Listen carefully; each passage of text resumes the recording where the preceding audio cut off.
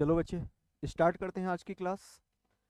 और आज के क्लास में आज की क्लास जो है थ्योरी से स्टार्ट करेंगे। ठीक है, हम बेसिक स्ट्रक्चर देखेंगे साइंस का, विज्ञान का।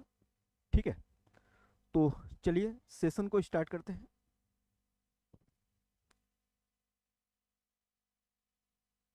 चलिए, तो चलिए सेशन को स्टार्ट करते हैं। सबसे पहले आप हेडिंग बनाएंगे क्या? सबसे हेडिंग पहले आप हेडिंग बना लीजिए विज्ञान। ठीक है, चलिए विज्ञान, जिसे आप इंग्लिश में क्या बोलते हैं? जिसे इंग्लिश में आप साइंस कहते हैं। जिसे इंग्लिश में आप क्या बोलते हैं भाई? जिसे आप इंग्लिश में साइंस कहते हैं। ठीक है, चलिए तो विज्ञान की हम बात करें। अब देखिए, जो विज्ञान है ना, इसके दोनों शब्द को हम क्लासिफाई करते हैं। ठीक है, शब्द को हम क्लासिफाई करते हैं। तो एक शब्द को आप क्या बोलेंगे? तो एक शब्द को आप बोलेंगे विज्ञान, और दूसरे शब्द को आप साइंस बोलेंगे। एक शब्द को आप क्या बोलेंगे? विज्ञान, और दूसरे शब्द को क्या बोलेंगे? आप साइंस बोलेंगे। ठीक है, चलिए साइंस बोलेंगे। ठीक है, अगर हम साइंस की बात करें तो जो साइंस है ना, साइंस ये लैटिन शब्द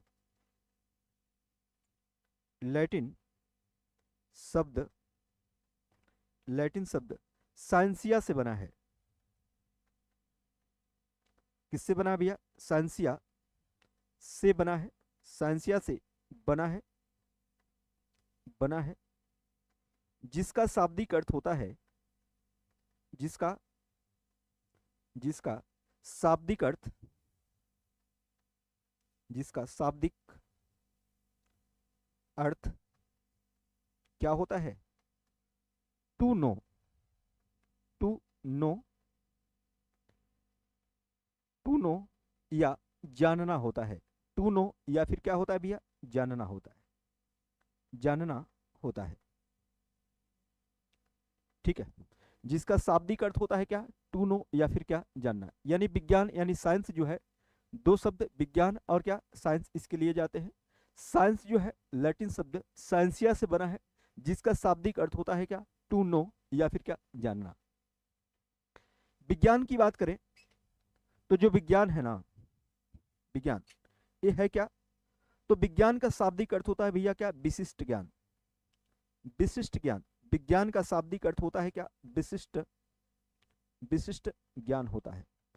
विज्ञान का जो शाब्दिक अर्थ होता है क्या भैया? विशिष्ट ज्ञान होता है। यानी भौतिक जगत में जो कुछ घटित हो रहा है, भौतिक जगत में जो कुछ घटित हो रहा है, उसका सुव्यवस्थित और क्या? क्रमबद्ध ज्ञान क्या है भैया? विज्ञान है। ठीक है, तो यहां पर लिखेंगे भौतिक जगत में भौतिक भौतिक जगत में भौतिक जगत का मतलब हुआ जो आपके सामने जो घटनाएं क्या होती हैं? घटित होती हैं, उनकी बात हो रही है। तो भौतिक जगत में जो कुछ घटित हो रहा है, जो कुछ भौतिक जगत में जो कुछ घटित हो रहा है, जो कुछ घटित हो रहा है हो रहा है भौतिक जगत में जो कुछ घटित हो रहा है, उसका उसका क्रमबद्ध क्रमबद्ध क्रमबद्ध व व्यवस्थित ज्ञान व्यवस्थित व्यवस्थित ज्ञान क्रमबद्ध और क्या भैया? व्यवस्थित ज्ञान ज्ञान विज्ञान है। व्यवस्थित ज्ञान क्या है भैया? विज्ञान है। यानी भौतिक जगत में जो कुछ घटित हो रहा है, उसका क्रमबद्ध और व्यवस्थित ज्ञान क्या है? विज्ञान है। ठीक है, विज्ञान है। अब प्रश्न उठता है कि भैया ये भौतिक जगत क्या है? आपके नजर के सामने जो भी कुछ दिख रहा है, ठीक है, समझिए वो चीजें क्या है, भौतिक है। क्या है, भौतिक है। समझ में आ रही है बात क्या? इस भौतिक जगत में, इस भौतिक जगत में आपको बता दें कि कुछ चीजें बायोटिक है, बायोटिक है, और कुछ चीजें क्या है, अबायोटिक है, अबायोटिक है। भौतिक जगत में कुछ चीजें क्या है, बायोटिक है, और कुछ क्या है, अबायोटिक है। बायोटिक का मतलब कि जिसमें जीवन होता है, जिसमें जीवन होता है वो क्या होती है भैया, बायोटिक। और जिसमें जीवन नहीं होता है वो क्या होती है, अबायोटिक होती है। क्या होती है भैया, अबायोटिक होती है। अब अबायोटिक की बात करें और बायोटिक की बात करें तो इसमें अलग अलग क्या सेंस हो जाता है। बायोटिक की बात करें तो इसमें आ जाता है क्या, इसमें उत्पादक आ जाता है। कौन आ जाता है, उत्पादक आ जाता है। उत्पादक का मतलब होता है भैया क्या, प्रोड्यूसर। उत्पादक का मतलब क्या हो जाता है, प्रोड्यूसर, ठीक है। और आ जाता है भैया कौन, उपभोक्ता, उपभोक्ता, उपभोक्ता। उत्पादक और कौन भैया, उपभोक्ता, यानी प्रोड्यूसर और कौन, कंज्यूमर, ठीक है। और कौन भैया आ जाता है, और अपघटन करता या फिर अपघटक आ जाते हैं। कौन आ जाते हैं, अपघटक आ जाते हैं, अपघटक आ जाते हैं। यानी प्रोड्यूसर, कंज्यूमर और कौन, डिकम्पोजर्स। ये तीनों बायोटिक के अंतर्गत आते हैं, बायोटिक के अकॉर्डिंग आते हैं। लेकिन इनके अलावा जो भी कुछ आता है वो अबायोटिक के अंतर्गत आता है। जैसे एयर को ले लीजिए, एयर को ले लीजिए, एयर यानी वायु क्या है भैया, अबायोटिक है। वायु क्या है, अबायोटिक है। जीवांश की बात करें, जीवांश, जीवांश तो जानते हैं ना, जीवांश जिसे आप ह्यूमस के नाम से जानते हैं, ह्यूमस भी क्या है, ये अबायोटिक है, ठीक है। तो आपके भौतिक जगत में बायोटिक और कौन, अबायोटिक होते हैं। अब ये दोनों आपस में क्या करते हैं, अंतःक्रिया करते हैं। ये आपस में क्या करते हैं भैया, अंतःक्रिया करते हैं। और इनसे जो घटनाएं होती है, ऐसी घटनाओं का अध्ययन हम विज्ञान में करते हैं। ऐसी घटनाओं का अध्ययन हम कहाँ करते हैं भैया, विज्ञान में करते हैं, ठीक है। कहाँ करते हैं, विज्ञान में करते हैं। और देखिए इसमें उत्पादक में, उत्पादक में मुख्य रूप से कौन आ जाते हैं, तो उत्पादक में मुख्य रूप से फ्लोरा आ जाते हैं। उत्पादक में मुख्य रूप से कौन आ जाते हैं भैया, तो फ्लोरा आ जाते हैं। फ्लोरा आप किसे कहते हैं, तो जो पादप होते हैं ना, जो पादप होते हैं उनको फ्लोरा कहा जाता है। और जो उपभोक्ता होते हैं, उपभोक्ता में खासकर जो जंतु होते हैं, जो जंतु होते हैं, जंतुओं को क्या बोलते हैं भैया, आप फौना कहते हैं। आपको बता दें कि जो फौना और फ्लोरा है, फौना और फ्लोरा है, वास्तव में यह ग्रीक देवियां है। ये क्या है, ग्रीक देवियां है। जो फूलों की देवी थी उसे फ्लोरा कहा जाता था, और जो जानवरों की देवी थी उसे फौना कहा जाता था। तो फ्लोरा और फौना, फौना किसको कहा जाता है भैया, जंतु को कहा जाता है, और फ्लोरा किसे कहा जाता है, तो पादप को कहा जाता है। तो आपके भौतिक जगत में बायोटिक, अबायोटिक और बायोटिक के अंतर्गत फ्लोरा और फौना आते हैं। और ये सब आपस में अंतःक्रिया करते हैं, इंटर रिएक्शन करते हैं, ठीक है। चलिए बात क्लियर हुई क्या? तो हमारे भौतिक जगत में ये सारी चीजें हैं। तो भौतिक जगत में जो भी घटनाएं हो रही हैं उनका क्रमबद्ध और व्यवस्थित ज्ञान ही क्या है भैया, विज्ञान है। व्यवस्थित ज्ञान ही क्या है, विज्ञान है। चलिए और आगे देखते हैं। यहां पर आपसे पूछा जाता है, कई बार प्रश्न आपसे पूछा जाता है कि फादर ऑफ साइंस किसे कहा जाता है, ठीक है। कई बार आपसे क्वेश्चन पूछा जाता है कि फादर ऑफ साइंस किसे कहते हैं,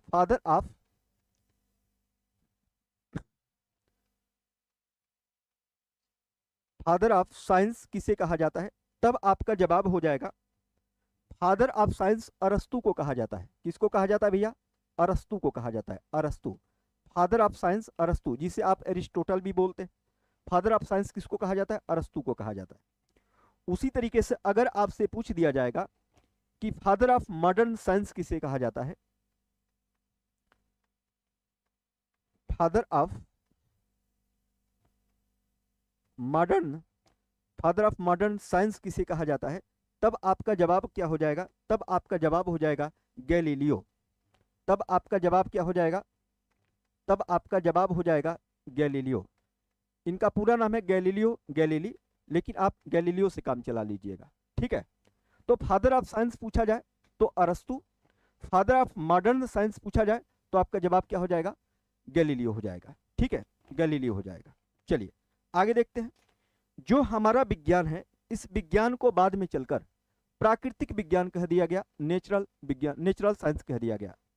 जो हमारा विज्ञान है बाद में चलकर इसे क्या कह दिया गया भैया, तो इसे प्राकृतिक विज्ञान कह दिया गया। क्या कह दिया गया, प्राकृतिक विज्ञान कह दिया गया। ठीक है, इसे क्या कह दिया गया, प्राकृतिक विज्ञान कह दिया गया। और प्राकृतिक विज्ञान जिससे आप इंग्लिश में क्या बोलते हो, जिससे आप इंग्लिश में नेचुरल साइंस बोलते हो, नेचुरल साइंस बोलते हो। अगर आपसे पूछा जाएगा कि फादर ऑफ नेचुरल साइंस कौन है, तो आप बताएंगे किसको, तब आप बताएंगे फादर ऑफ नेचुरल साइंस, ठीक है, एरिस्टोटल को ही आप बताएंगे। किसको बताएंगे भैया, आप एरिस्टोटल को ही बताएंगे। फादर ऑफ नेचुरल साइंस किसको बताएंगे, तो एरिस्टोटल को बताएंगे। बाद में चलकर इस प्राकृतिक विज्ञान के दो भाग कर दिए गए। इस प्राकृतिक विज्ञान के कितने भाग कर दिए गए, दो भाग कर दिए गए। ठीक है, एक भाग को आप जीव विज्ञान के नाम से जानते हैं। एक भाग को आप किस नाम से जानते हैं, जीव विज्ञान के नाम से जानते हैं। जीव विज्ञान, जीव विज्ञान जिसे आप क्या बोलते हैं भैया, बायोलॉजी कहते हैं। बायोलॉजी कहते हैं, जिसे आप क्या बोलते हैं, बायोलॉजी कहते हैं। और एक भाग को आपने क्या कह दिया, भौतिकीय विज्ञान। एक भाग को आपने क्या कह दिया, भौतिकीय विज्ञान, भौतिकीय विज्ञान कह दिया। एक भाग को आपने भौतिकी विज्ञान यानी क्या बोल दिया भैया, इसे फिजिकल साइंस कह दिया आपने। इसे क्या बोल दिया भैया, आपने फिजिकल साइंस कह दिया गया। ठीक है, यानी प्राकृतिक विज्ञान को बाद में चलकर दो भागों में बांट दिया गया। एक भाग को क्या कह दिया गया, जीव विज्ञान जिसे आप बायोलॉजी बोलते हैं, और एक भाग को क्या कह दिया गया, भौतिकी विज्ञान जिसे आप क्या बोलते हैं, फिजिकल साइंस कहते हैं। ठीक है, चलिए फिजिकल साइंस कहते हैं। यहां पर ध्यान देने वाली बात है, अगर आपसे पूछा जाएगा कि फादर ऑफ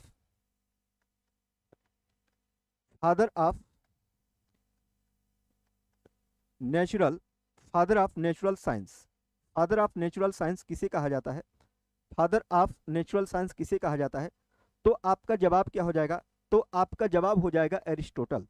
तब आपका जवाब क्या हो जाएगा, एरिस्टोटल।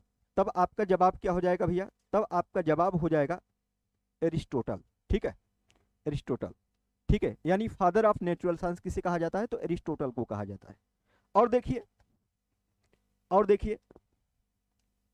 अगर आपसे पूछा जाए कि जीव विज्ञान का जनक किसे कहा जाता है, जीव विज्ञान का जनक किसे कहते हैं, जीव विज्ञान का जनक किसे कहते हैं, तो आप बताएंगे किसको, अरस्तु को ही बताएंगे। किसको बताएंगे, अरस्तु को। लेकिन जब आपसे पूछ दिया जाएगा कि आधुनिक जीव विज्ञान का जनक किसे कहा जाता है, जब आपसे पूछ दिया जाएगा कि आधुनिक जीव विज्ञान का जनक किसे कहा जाता है, तब आपको दिक्कत हो सकती है। तो आप यहीं पर इस दिक्कत को दूर कर लीजिएगा। यानी आधुनिक जीव विज्ञान का जनक, जीव विज्ञान का जनक किसे कहा जाता है, तो कहा जाता है चार्ल्स डार्विन को कहा जाता है। किसको कहा जाता है, चार्ल्स डार्विन को, जिन्होंने विकासवाद का सिद्धांत दिया था। तो आप लिख लेंगे चार्ल्स डार्विन को कहा जाता है क्या, आधुनिक जीव विज्ञान का जनक। लेकिन जीव विज्ञान का जनक किसे कहा जाता है, तो अरस्तु को कहा जाता है। किसको कहा जाता है भैया, अरस्तु को। ठीक है, अब आएंगे भौतिकी विज्ञान में। तो भौतिकी विज्ञान के पास जाने से पहले इस पर कुछ और हम काम कर लेते हैं। जीव विज्ञान जो है ना, जीव विज्ञान वास्तव में इसको दो पार्ट्स में डिवाइड किया गया। इसको कितने पार्ट्स में डिवाइड किया गया, इसको दो पार्ट्स में डिवाइड किया गया। ठीक है, इसको कितने पार्ट्स में डिवाइड किया गया, दो पार्ट्स में।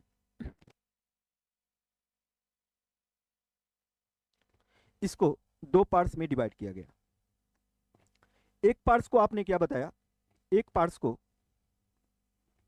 आप वनस्पत विज्ञान बताते हैं, वनस्पत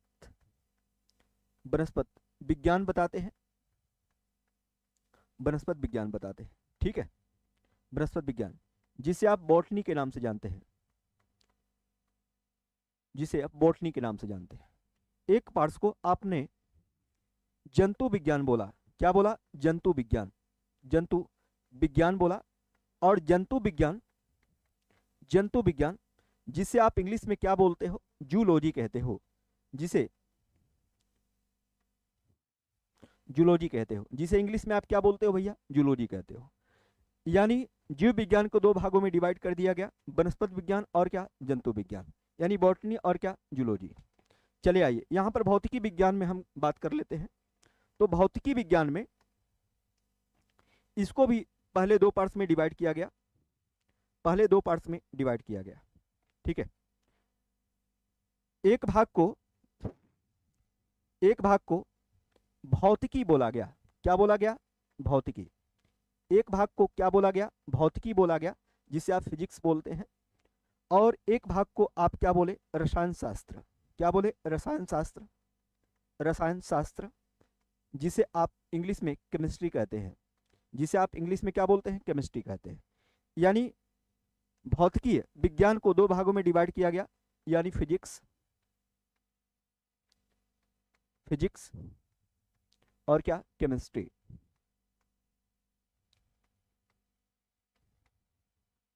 केमिस्ट्री, ठीक है, फिजिक्स और क्या भैया? केमिस्ट्री। इसके दो पार्ट्स में डिवाइड किया गया, ठीक है, भौतिकी और क्या? रसायन।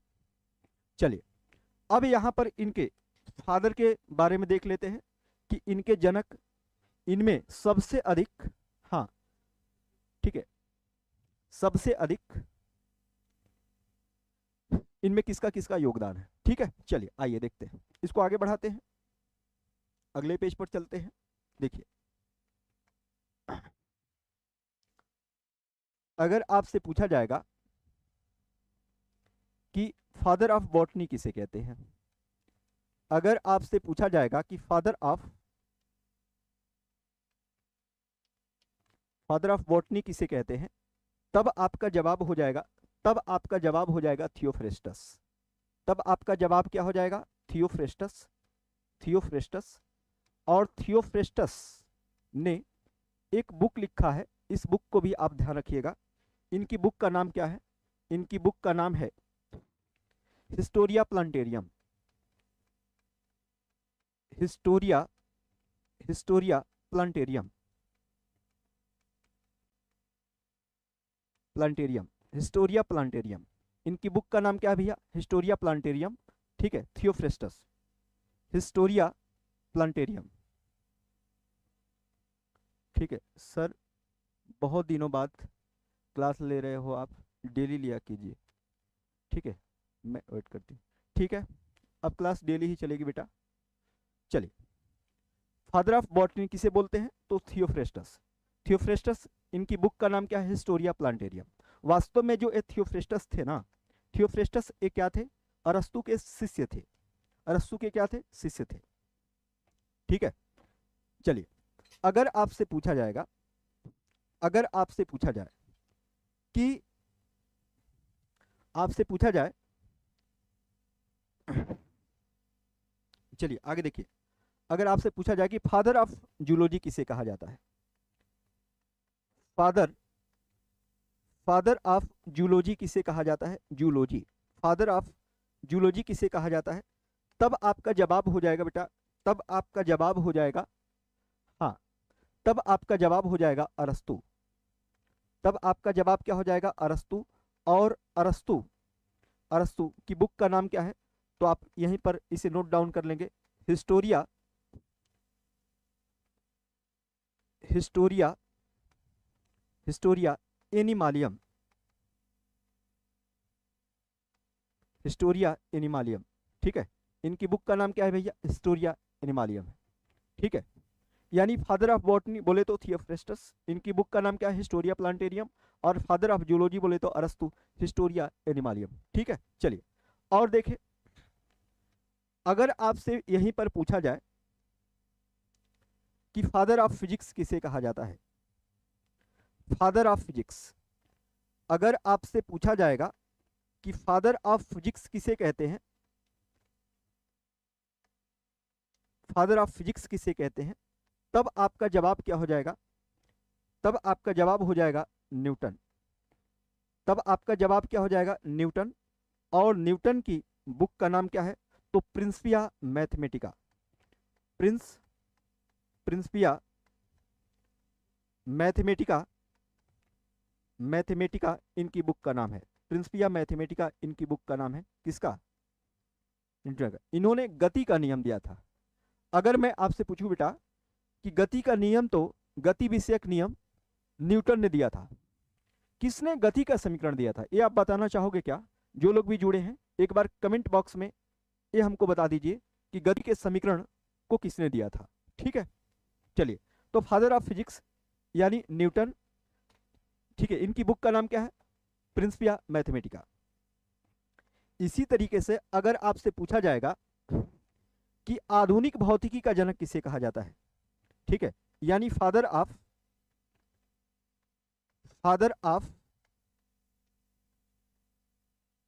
Modern, father of modern physics,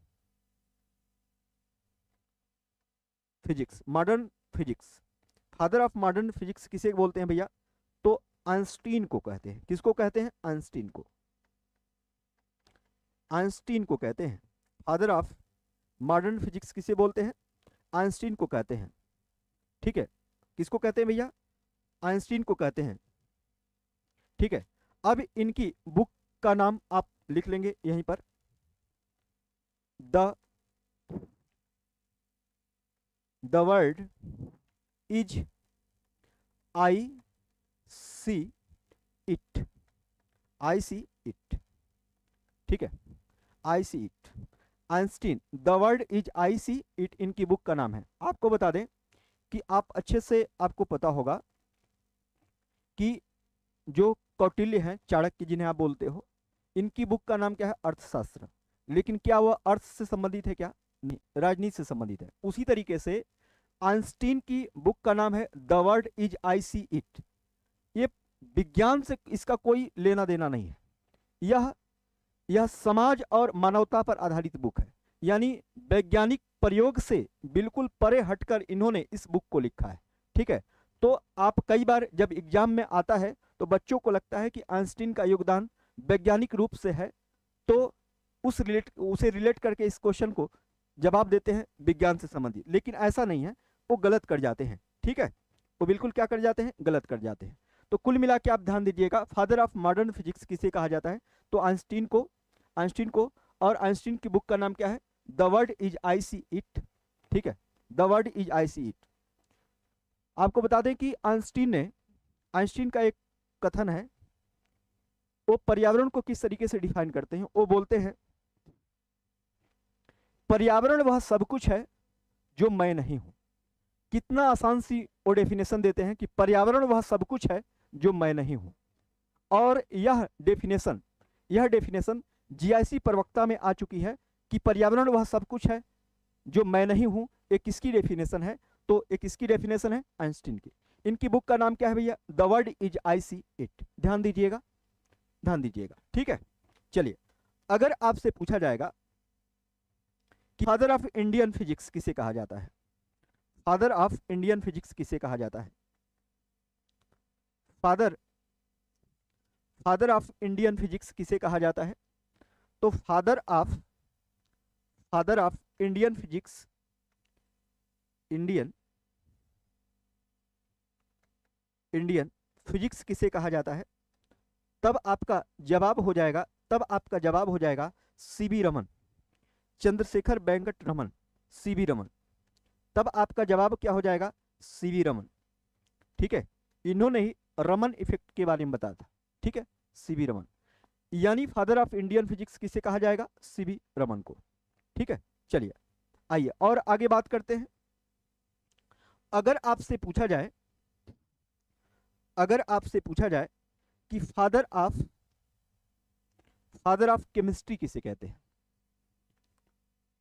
father of chemistry किसे कहते हैं? फादर ऑफ केमिस्ट्री कैसे कहते हैं? तब आपका जवाब क्या हो जाएगा?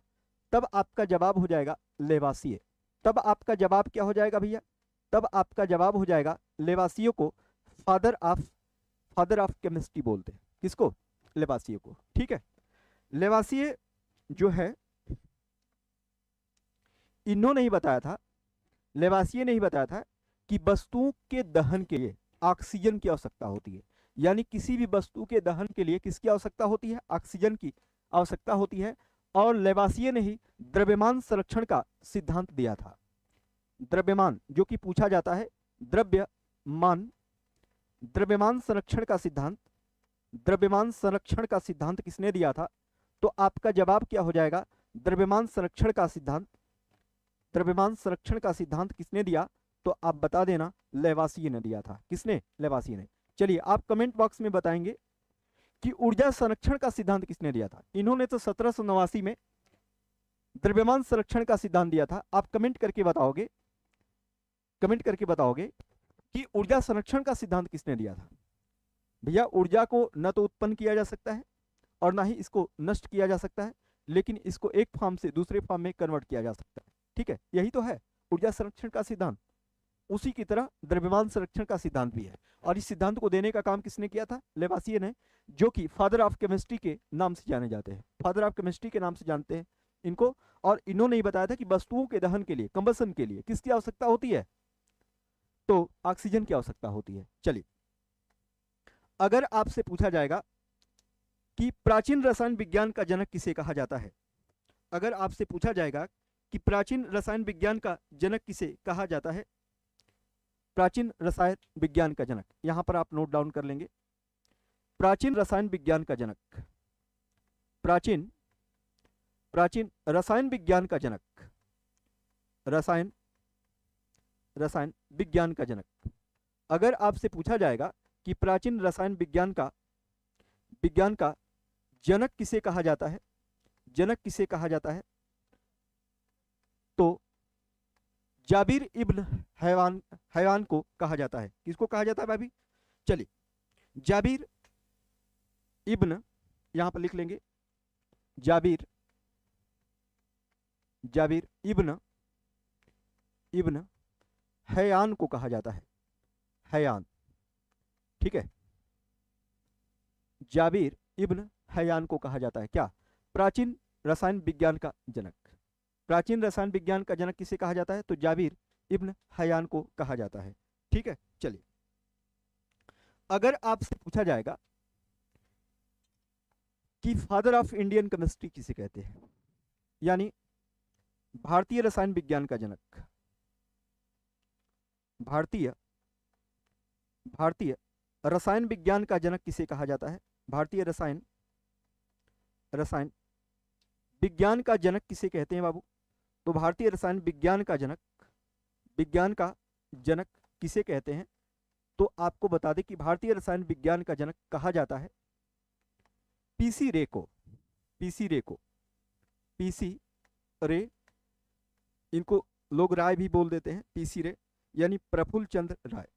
ठीक है, इनको फादर ऑफ इंडियन केमिस्ट्री कहा जाता है, और इनको नाइट्रेट मैन ऑफ इंडिया कहा जाता है। इनको नाइट्रेट, एक कई बार एग्जाम में पूछा जाता है कि नाइट्रेट मैन ऑफ इंडिया किसे कहा जाता है? तो नाइट्रेट मैन ऑफ इंडिया कहा जाता है किसको? पीसी रे को। ठीक है, नाइट्रेट मैन ऑफ इंडिया कहा जाता है इनको, पीसी रे को।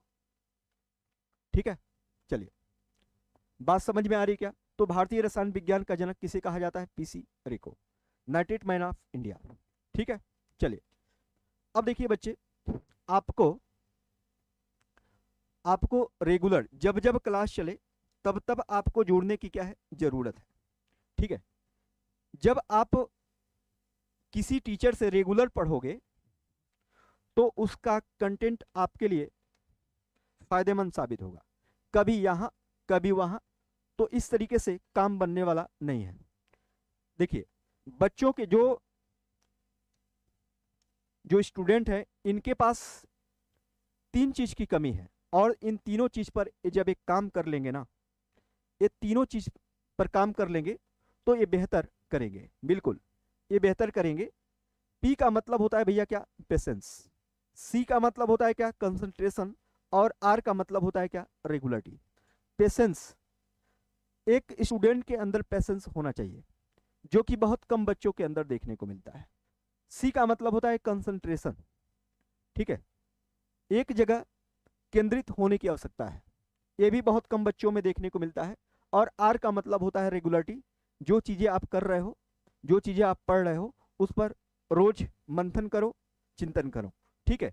ये तीनों चीजें आपको करने की आवश्यकता है। जो बच्चे ये करते हैं वही होते हैं क्या, सक्सेस। वो कहते हैं ना, सोचने से कहाँ मिलते हैं तमन्नाओं के शहर, सोचने से कहाँ मिलते हैं तमन्नाओं के शहर, चलना भी पड़ता है मंजिल पाने के लिए, चलना भी पड़ता है मंजिल पाने के लिए। तो मंजिल अगर आपको पाना है तो आपको संघर्ष तो करना पड़ेगा, ठीक है, संघर्ष, संघर्ष, ठीक है, संघर्ष तो आपको करना पड़ेगा। यानी आप पेशेंस, कंसंट्रेशन और रेगुलरिटी इन तीनों पर काम करेंगे।